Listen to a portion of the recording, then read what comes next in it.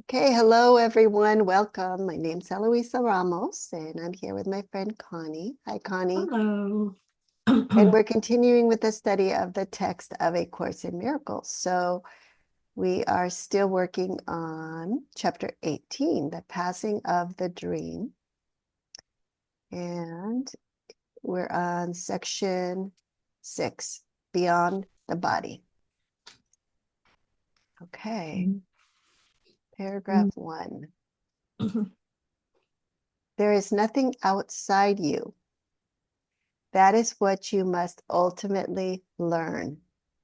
For it is the realization that the kingdom of heaven is restored to you. For God created only this, and he did not depart from it, nor leave it separate from himself.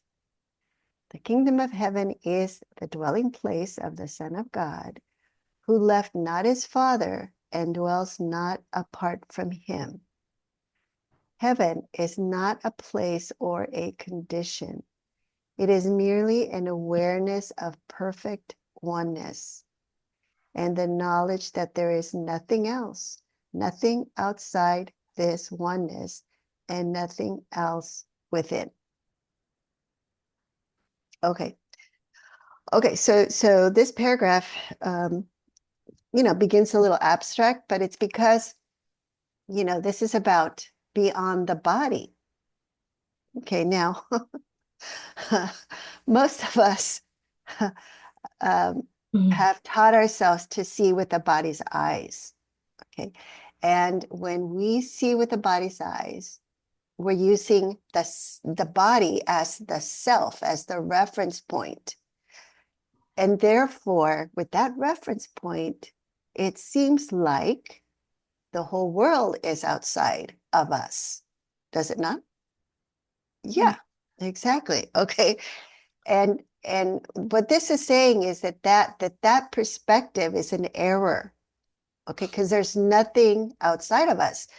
So the idea of being the body, that the self is the body, is an error.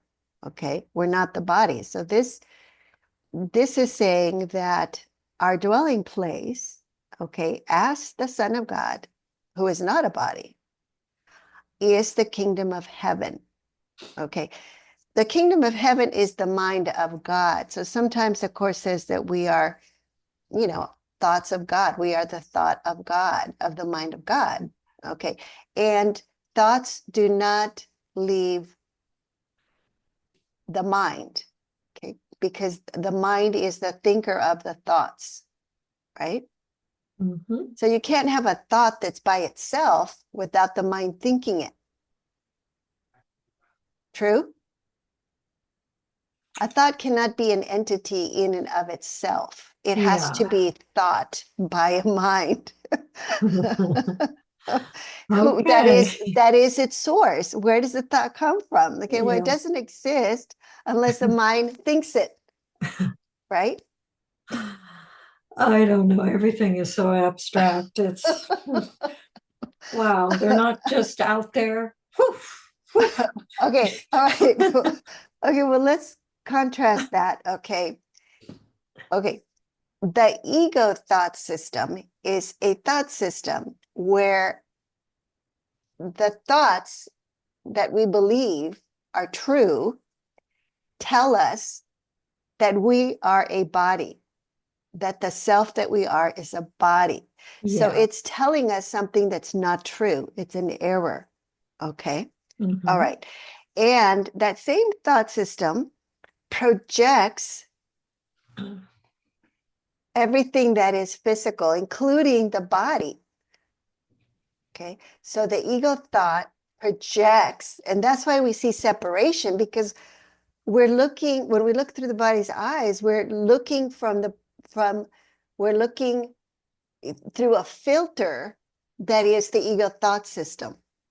So what we see are physical objects, entities that are separate in and of themselves. And that's what we call bodies or objects or things, right? Okay. So the world that we see that seems to be external to us is really looking through a filter or like through colored glasses that show us separation as physicality. Okay. So we're not looking through the thoughts of God that recognize only oneness, no separation, eternity, unbounded, infinite. Right. So, so, so, so what this is saying is, look, you have taught yourself to see yourself as a body and a world that is outside of you. Okay, that's not true. Okay, this is saying there is nothing outside you. Okay, so, and that's ultimately what we must learn, because we taught ourselves something that is opposite of that. It's not true. Okay, and once we learn it, okay, we're going to realize that the kingdom of heaven is where we are and what we are. There's no difference between having and being. Okay. And that awareness will have been restored to us through that realization. Okay. Okay. Okay. So this is how God created us. Okay. He created us as his kingdom, not separate from him. And he did not depart from it. Okay. He didn't leave the kingdom. Neither did we, nor leave it separate from himself. So his kingdom is what we are as his creation, and we're not separate from God. Okay. The kingdom of heaven is the dwelling place of the Son of God, who left not his Father and dwells not apart from him. So this is saying the separation never happened. The ego thought system is false. Everything the ego thought system says is not true. Heaven is not a place nor a condition. Okay. Through the body's eyes, we think that, you know, there's we're used to thinking of things as being in a place with distance separating them. So or it's or it's an emotional condition, you know, it's an emotional reaction. Because we're used to thinking of hell, or oh my God, you know, this situation is hell. It means it's stressed. It's just, you know, really unbearable. So then we think, okay, well, heaven must be the opposite of that. Well, no, heaven is not the opposite, because we're making up the whole idea of the opposite to God, to heaven, to knowledge. Okay. Yeah. So heaven is merely an awareness of perfect oneness. Okay, and remember that the Course says that on earth we heal and in heaven we create. So it's only when we have the awareness of perfect oneness that we are actually creating. Okay, when we believe we're separate, we're not creating. We're miscreating illusions that are not real.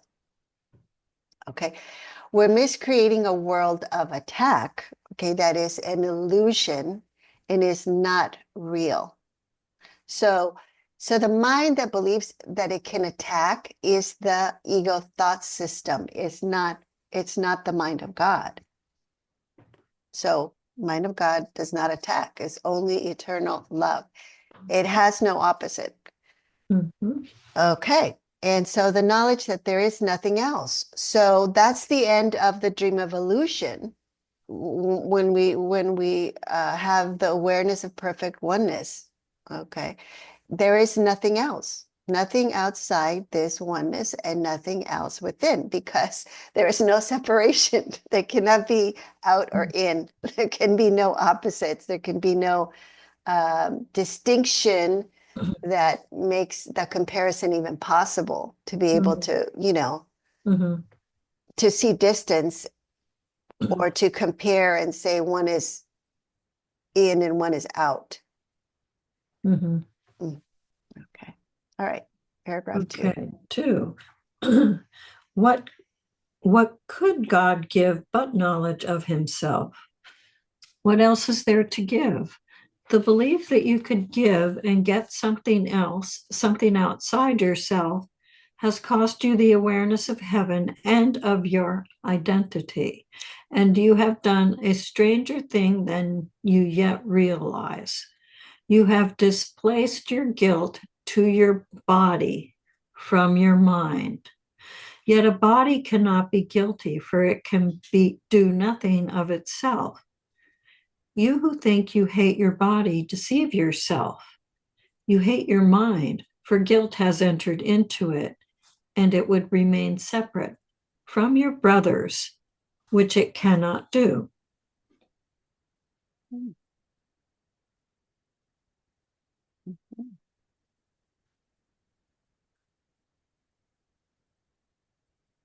Yeah, so let's see. I think we were reading something from Ken Wapnick. I don't know if you were there in our other class, and he was saying how we need something specific to hate, because hate has to be, targeted to something specific. So that's what this is saying here. You who think you hate your body. So, whenever someone hates us or we hate someone, we think we're hating them as the body that we think that we are and they are, because we're identified with being a body. Like when you were a kid, maybe you told someone, you said, "Oh, I hate your guts." It's like, okay, you can't even see my guts.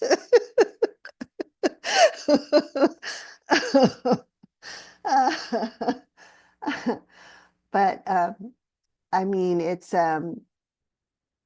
so this is clarifying, okay, that we're not the body again. We're mind. We're mind. We are the thoughts. Let's see.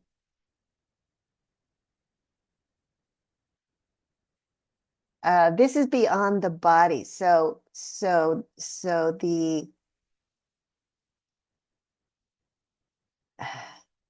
anything that we project on the body is really because we believe it about our mind. That's projection and repression. What we want to get rid of from our mind, and this is talking about guilt, because the Course says that, guilt is so intolerable that we try to get rid of it by seeing it in someone else that's separate from us. And this is saying, well, you don't get rid of it because it's in your mind, and it doesn't ever really leave your mind. Yeah, you hate your mind, for guilt has entered into it and would remain separate from your brothers. Okay, which it cannot do. So we identify with the ego thought system. If we want to be separate from our brothers, we have to identify with the ego thought system, because we have to believe that it's possible to not be one mind. We have to believe that we have separate minds. And then, we confuse the brain with the mind. So I have a private mind, you have a private mind. So we think that we can be separate from our brother, but that's not true. Okay, because the brain is part of the body. It's a body organ. And so the body itself, see line 6, a body cannot be guilty, for it can do nothing of itself. So the body it's an instrument of communication, and it takes instructions, right? It transmits whatever the mind gives it to transmit, just like a television or a radio. It's an instrument of communication. Whatever you program it, that's what's going to show up in the body. So yes, so the belief that you can give and get something else, something outside yourself.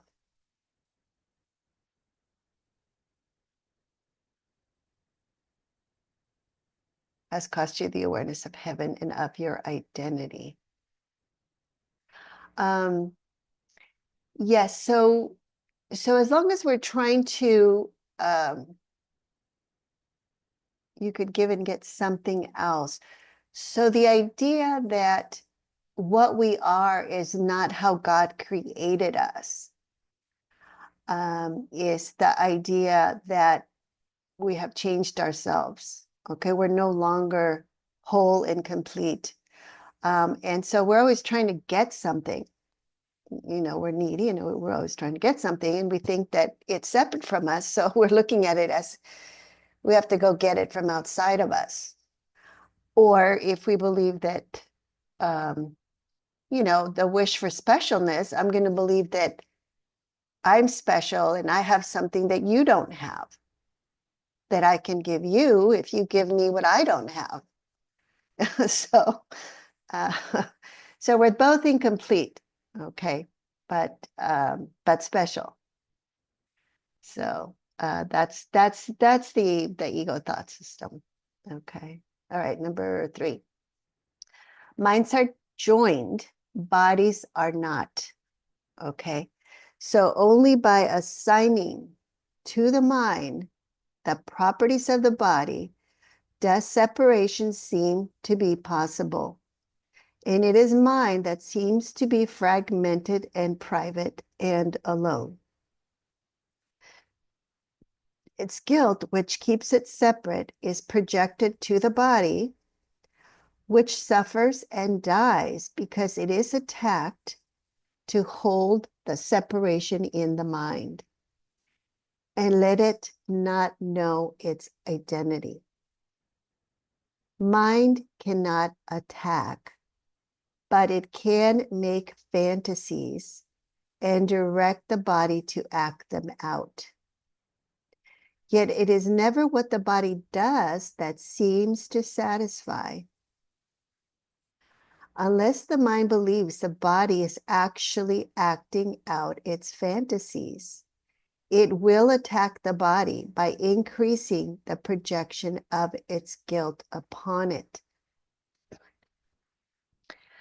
So some of this we can see when we notice like that the mind is split. So like, for example, when we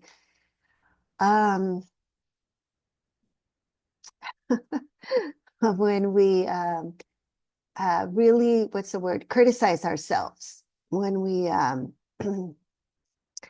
let's see,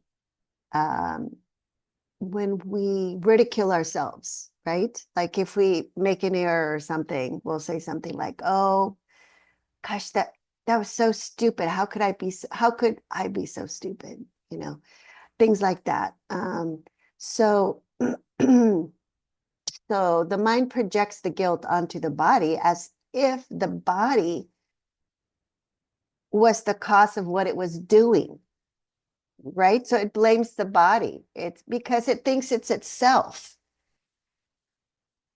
Okay, if I think I'm the body, okay, then I'm going to believe that as the body, the dumb thing, the thing that I just did, okay, that was an error, I'm going to believe that the mind did it, that I did it, okay, because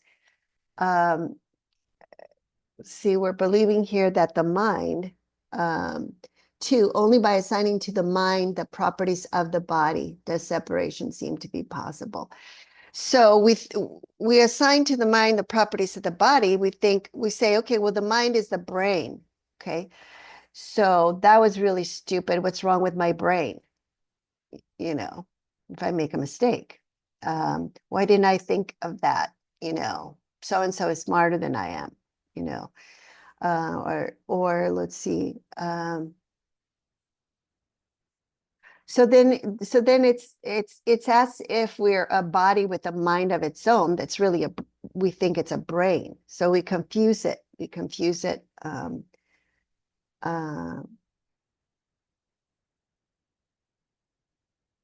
Yeah.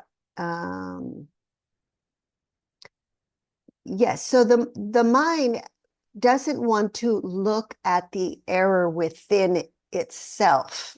And so it tries, it's a way to not, let's see, to not look inside. It's a way to keep the attention always, quote unquote, outside, on the body, on other bodies, on the world.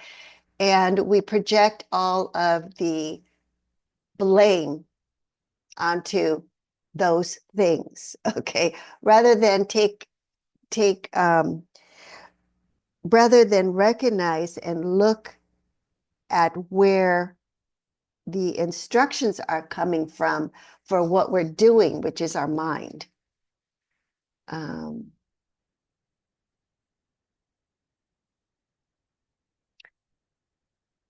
Okay, the mind cannot attack. So we think the mind can attack, but the mind,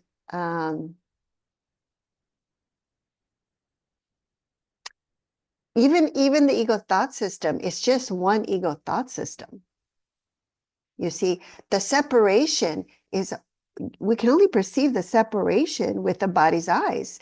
So we have to be identified with being a body in order to see separation. So the ego thought system, even though it's a system of thoughts, it's one thought system.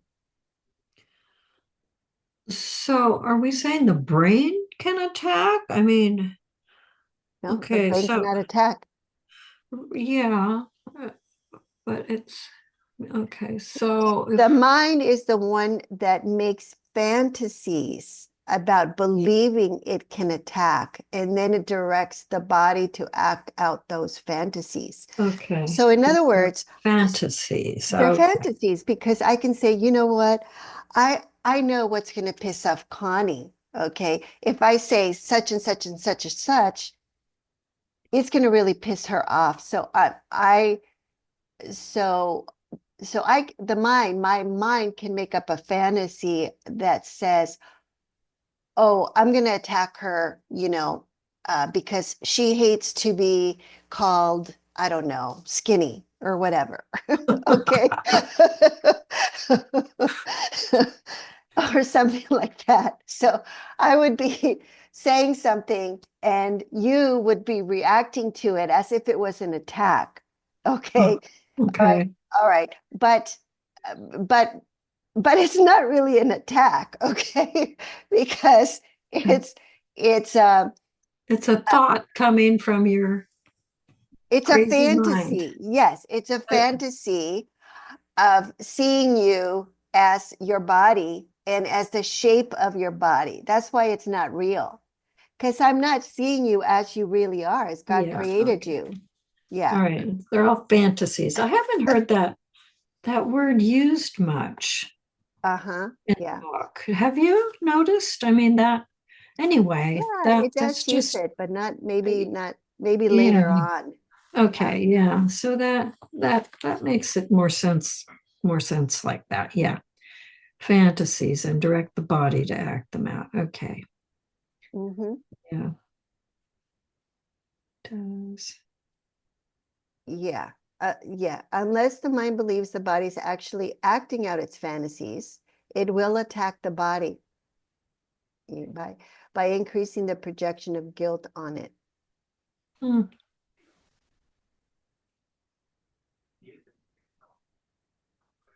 So in other words, we can turn on ourself as the body, quote unquote, as an ego. And that's like dissociating the ego and the body when we turn on ourselves and kick our own Wow. butts. Dissociating from the body. Well, Well, yeah, how, because now, as the ego, see, unless the mind believes the body is actually acting out its fantasies, it will attack the body by increasing the projection of guilt on it. yeah. So it will blame the body. Okay. If so, like we could teach ourselves that, that you better, let's see, you better defend yourself if someone says something rude to you, okay? Because that's a fantasy of, say, of survival of the fittest. Okay, you're not going to survive unless it's an eye for an eye. Okay, that would be an ego fantasy. And then the body would act it out because it's saying, okay, well, I'm going to die if I don't defend myself. It believes what the mind is saying. Now if we're studying the course now and we're learning that, oh, in my defenselessness, my safety lies. Oh, well, wait a minute, it's actually working the other way. Okay. Then the ego gets really vicious. Okay. Because now all of a sudden, okay, there's a misalignment between the ego thought system and the body just carrying it out without any kind of questioning. Okay. From our mind that's identified with the body, because we're unconsciously just identified with the body and we're unconsciously just following the ego thoughts. And once we begin to question that, we no longer just mindlessly follow everything the ego thoughts, that show up in our head. We're saying, well, wait a minute. Maybe I don't want to defend myself here. Maybe I want to forgive. Okay. Okay. That's going to be perceived as a threat by the ego thought system. Yeah. Yeah. So then it will put fear or it will project guilt, like, okay, all right, but if something goes wrong there, it's your fault for not defending yourself. It'll throw guilt there again. I told you so, you should have defended yourself, Yeah. that kind of a thing. Yeah. Okay, number 4.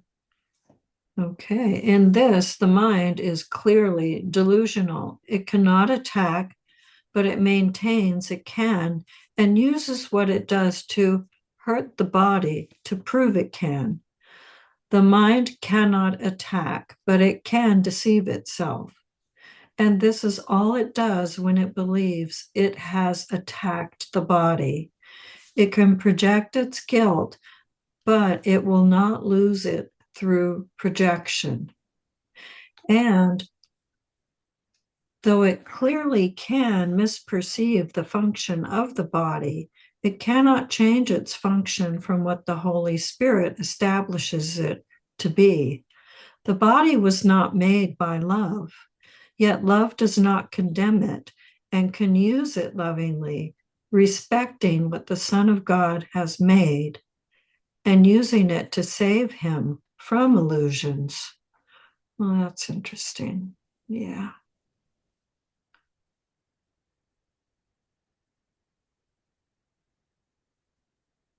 Yeah, so once we start listening to the Holy Spirit, we become gentler and kinder to our body, to ourself, because we're forgiving, we're practicing forgiveness. Yeah, of ourselves, mostly, and of others too. But yeah, so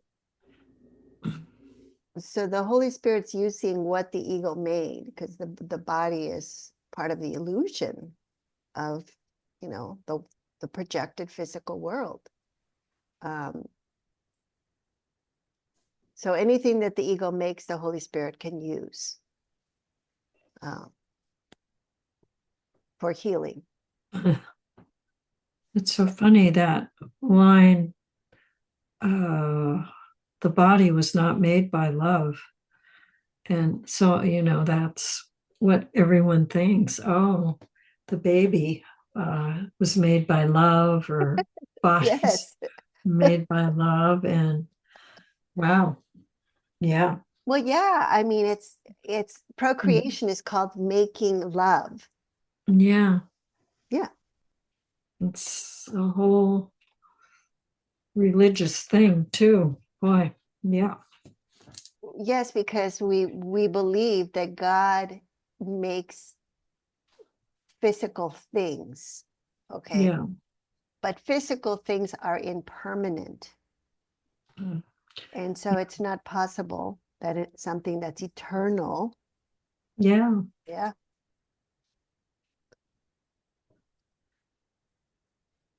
Yes. So in this, the mind is clearly delusional. Okay. And it's the ego thought system that is the mind that is clearly delusional here. Um, it cannot attack, but it maintains it can, and uses what it does to hurt the body to prove it can. Mm.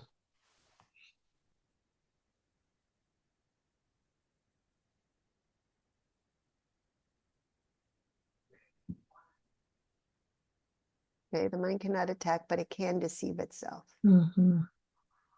and believe that it can attack. Mm. And this is all it does when it believes it has attacked the body.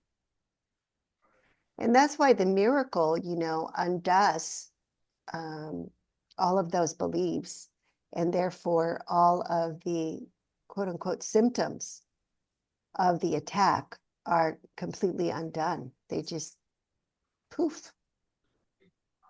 They just, they're not there. They disappear.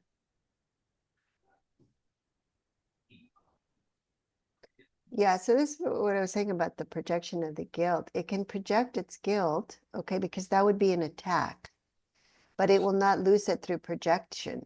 Okay, well, okay, well, then it hasn't done anything. Mhm. Okay, it just thinks that it can get rid of it. It thinks it can separate the guilt from its own mind. That's Mhm. because that's the fantasy of separation. Mm. Yeah. Okay. All right, number 5. Would you not have the instruments of separation reinterpreted as means for salvation and used for purposes of love? Would you not welcome and support the shift from fantasies of vengeance to release from them? Your perception of the body can clearly be sick, but project not this upon the body. For Mm. your wish to make destructive what cannot destroy can have no real effect at all. Mm. What God created is only what he would have it be, being his will. You cannot make his will destructive. You can make fantasies in which your will conflicts with his, but that is all. Yeah. So the perception of the body as ourself, okay, is what sickness is. Anytime we're sick, we are believing and we're not questioning the idea that we're the body. That's especially if there's pain, it's really hard for the mind to step back and recognize, oh, I'm not the body. Mm. So Mhm. um, so that's why sickness is a defense against the truth, because it keeps us really stuck believing that we are the body. Mm. Mhm. Yeah. Mhm. Yeah. So Mm. yeah, for your wish to make destructive what cannot destroy can have no real effect at all. So the wish for the ego is to make the body destructive, okay? But the body itself cannot destroy anything because it cannot do anything of itself. Okay. All the instructions are coming from the beliefs that we are holding. And all those beliefs that are the ego thought system, remember, are not real. They're false. And that's why they have no real effect. And when the mind recognizes the error, all those effects just vanish. You know, the miracle heals all of those. Mm. Yeah.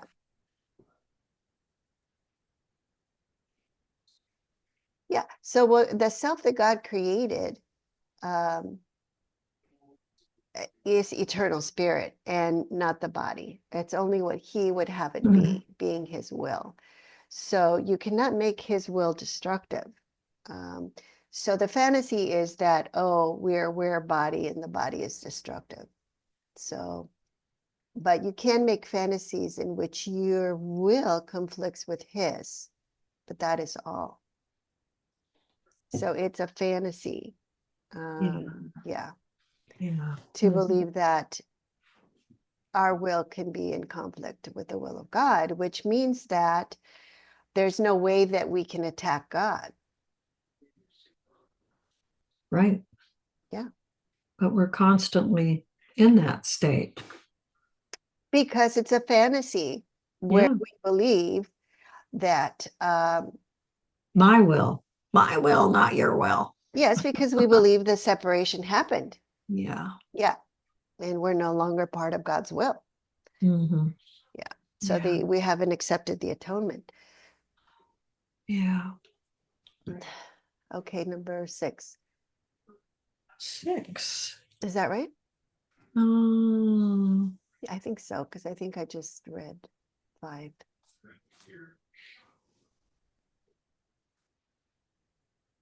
Okay. It is insane to use the body as the scapegoat for guilt, directing its attack and blaming it for what you wished it to do. It is impossible to act out fantasies, for it is still the fantasies you want, and they have nothing to do with what the body does. It does not dream of them, and they make it a liability where it could be an asset. For fantasies have made your body your quote unquote enemy, weak, vulnerable, and treacherous, worthy of the hate that you invest in it. How has this served you? You have identified with this thing you hate, the instrument of vengeance and the perceived source of your guilt. You have done this to a thing that has no meaning, proclaiming it to be the dwelling place of God's Son and turning it against him.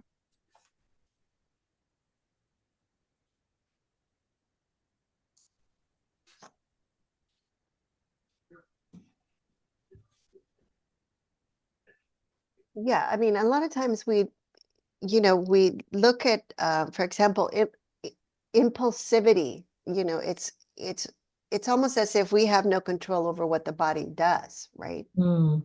So it's like, oh, I shouldn't have said that, or oop, I shouldn't have done that, or I was intoxicated. I didn't know what I was doing, right? So, so the mind doesn't want to accept responsibility for what the body is doing, following its instructions. Directing its attack and then blaming it for what you wished it to do. Yeah. That's why, there's no, that's why,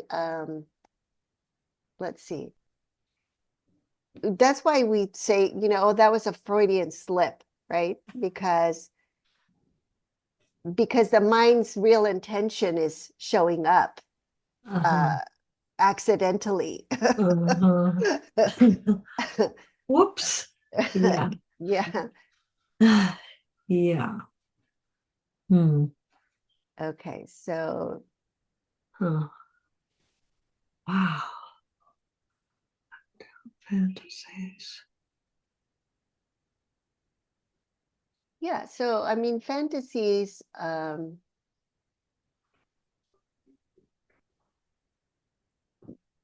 they're delusions. So the delusions are misinterpretations. So they're not facts that, you know, it's a misperception. So yeah, because for example, sometimes people say, oh, well, you know, yes, I thought that this person wanted me to do this because I was reading their body language. I'm like, what do you mean their body language? You know, Yeah, you know. So it's all interpretation. We're just right. projecting our fantasies and then believing that somehow their body is responsible for communicating uh kind of like indirect communication, as if they didn't have a mind, um, or as if they had a mind of their own. Um, so it's still the fantasies you want. So in other words, we're going to see what we want to see. That's what interpretation does. So irregardless of what the person says or what they're doing, the fantasy will be projected, and that's what we're going to see. That's what we're going to come away with in that situation. Hmm. You know, even though the other person had nothing at all um, going on in that, um, it's almost like they don't even see the other person. We don't even see the other person. All we see is our own fantasy. That's what a projection is, right? It's you put something on top of something else, and you block what is in the background because you're looking at what you're seeing that is covering it, right? Yeah, yeah. Yeah. Uh, I'm just thinking about this one time with one of these doctors, and he said that our energy was negative, and me, the eye rolls, and I'm like, oh, so I may have done that, but who's projecting what in that case? I mean, Well, you're probably both misinterpreting each other, right? yeah, well, Well, because there's judgment. So when we do the yeah, eye there's roll, judgments. yeah, there's Yeah, judgment. So anytime there's judgment, there's going to be a misperception because we're interpreting based on our past. yeah. Yeah, Hmm. Okay. yeah. All right. So yeah, and that's what he was referring to. He was just going back to, looking at all his past memories, and all of our past memories are all subjective. They're all fantasies. All our past memories are fantasies that we make up. Oh gosh. Yeah, I mean, look at what it says here, line 5. For fantasies have made your body your enemy, quote unquote, enemy, weak, vulnerable, and treacherous, worthy of the hate that you invest in it. Um, so Mm. the mind, the ego turns against itself, what it made. It made the body. Mm. And it's such an insane thought system that it just turns against what it made. So it's basically turning against itself. Oh God. Yeah. Oh. Yeah. I mean, it's all self-sabotage. How has this served you? Oh yeah, Ah, kicking my butt, It's like, why would I do that? good question, Eloisa. It's a You- very good question. Why do we do this? Oh man, oh man. Yeah. Okay, number 7. Um, This is the host of God that you have made, and neither God nor his most holy Son can enter an abode that harbors hate, and where you have sown the seeds of vengeance, violence, and death. These things you made to serve your guilt. These things you made to serve your guilt stands between you and other minds. The minds are joined, but you do not identify with them. You see yourself locked in a separate prison, removed and unreachable, incapable of reaching out as being reached. You hate this person you have made and would destroy it, but you would not escape from it, leaving it unharmed without your guilt upon it. So it's talking about the body again. So when we see through the body's eyes, it's as if we are imprisoned in the body. Yeah. And yeah, that's what it feels like. Yeah. Yeah, and of course there's going to be animosity there if you think the body is, and if you blame the body for imprisoning you. Hello, you made the body. How can it imprison you? Right? Yeah, but that's the projection. So you put the guilt on the body, and so then you would destroy it. You would seek vengeance upon it. But this is not going to, get you to escape, but you would not escape from it, leaving it unharmed without your guilt upon it.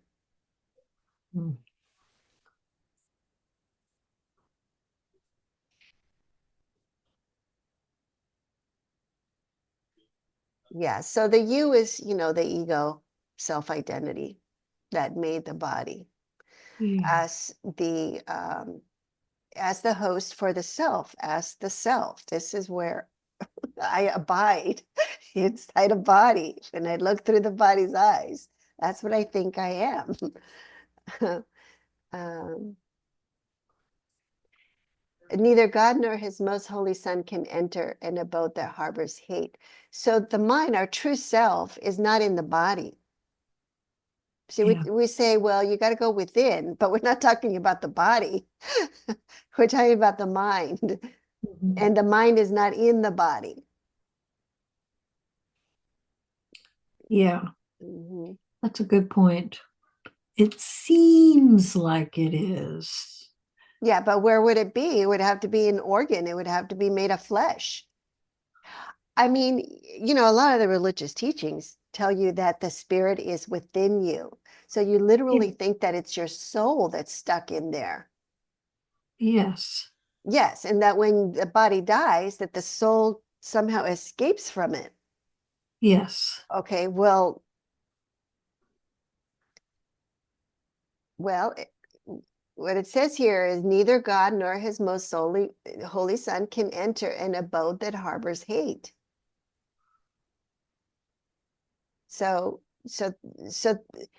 there's no room in the body. It's all organs. They have dissected the body, right? They never found a soul. They never found a soul. Or a spirit, or the true mind.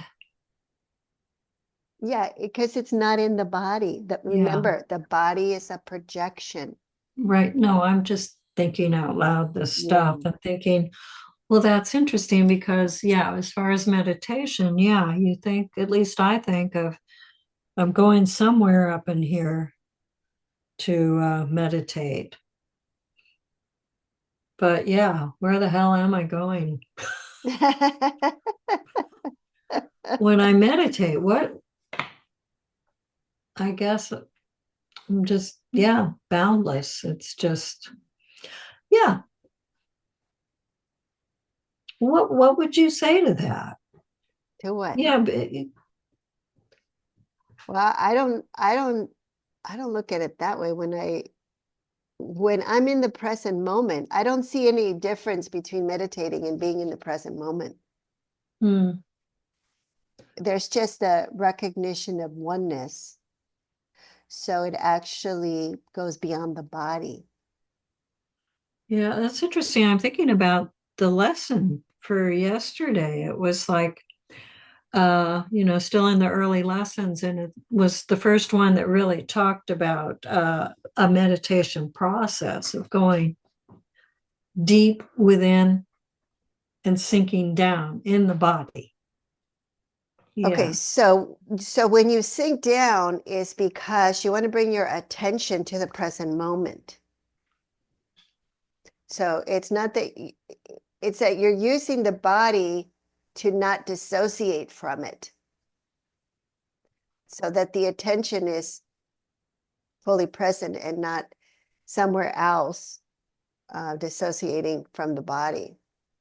So in other words, so that when you're present, you're aware of your breath, you're aware of, what is the experience in that moment. Okay. Mhm. But in being present, you're having to let go of any past thoughts. There are Mhm. no past thoughts. Mhm. So if you're just present, then there is let's see, there's no identification with anything. Mhm. You're more like the observer of that experience. And the observer of that experience is not in the body. Mhm. Mhm.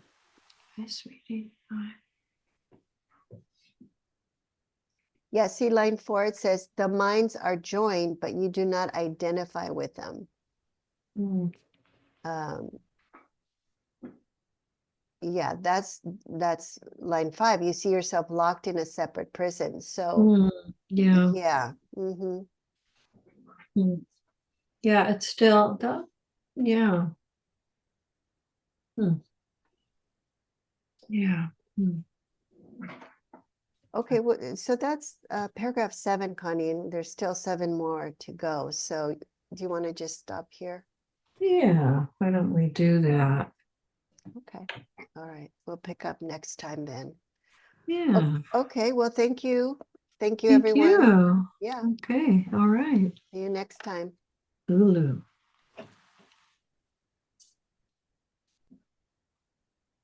Boop.